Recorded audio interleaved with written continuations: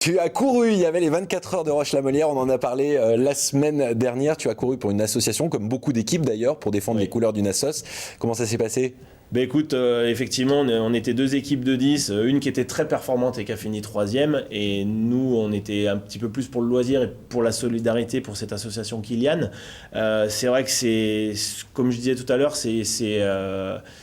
c'est un moment qui restera gravé dans ma vie parce que c'est un dépassement de soi pendant 24 heures, c'est des preuves de solidarité, d'émotion, de fatigue.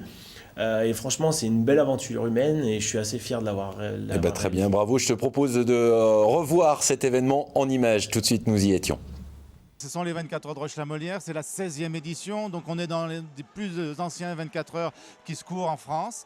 Et puis grande satisfaction puisqu'on a battu le record du nombre d'équipes, 40 équipes de 10 coureurs, donc 400 personnes qui vont déjà courir pendant 24 heures en équipe et 95 individuels, c'est énorme quand on sait qu'il y a une dizaine d'années, il y avait 5-6 individuels qui participaient à ce genre de course, mais ça devient très prisé des coureurs longue distance. Et puis alors un plaisir, c'est qu'on a deux coureurs qui ont fait les 16 éditions. C'est André Martellino et Jean-Jacques Bardier et qui sont là, qui étaient déguisés tout à l'heure et qui viennent chaque année d'une façon très sympa. Moi j'ai 60 ans, mon ami en a 71, donc avec l'âge peut-être que j'irai plus loin. Mais bon, on ne regarde pas ça, on s'en fout complètement. Hein.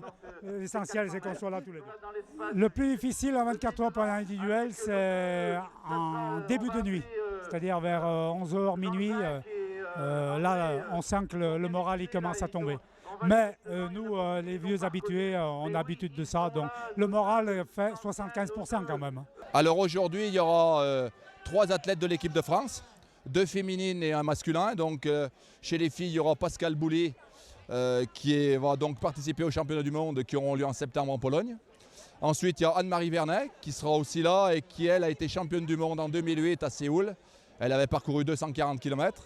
Et enfin, chez les masculins, il y aura Stéphane Collère, qui lui a un record à 250 km et qui a été vice-champion d'Europe par équipe.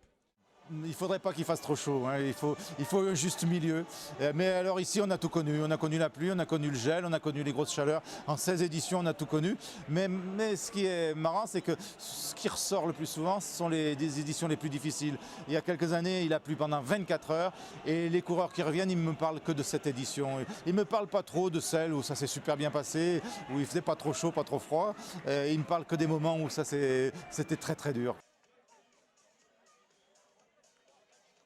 Une petite statistique sur la course. Je crois que tu as nous donné une performance. Deux choses à signaler quand même. Il faut savoir qu'en individuel, le premier a réalisé 216 km en 24 heures. C'est exceptionnel. Belle performance. Ces gens-là, ils sont à respecter parce qu'ils étaient quand même 90 à faire l'individuel. Et au niveau de l'équipe, donc sur 40 équipes, la première réalise, je crois, 380 km. Donc c'est un record puisqu'il était à 372 et aussi il courait pour une association. Je peux te dire que dans les derniers tours ils ont tout donné.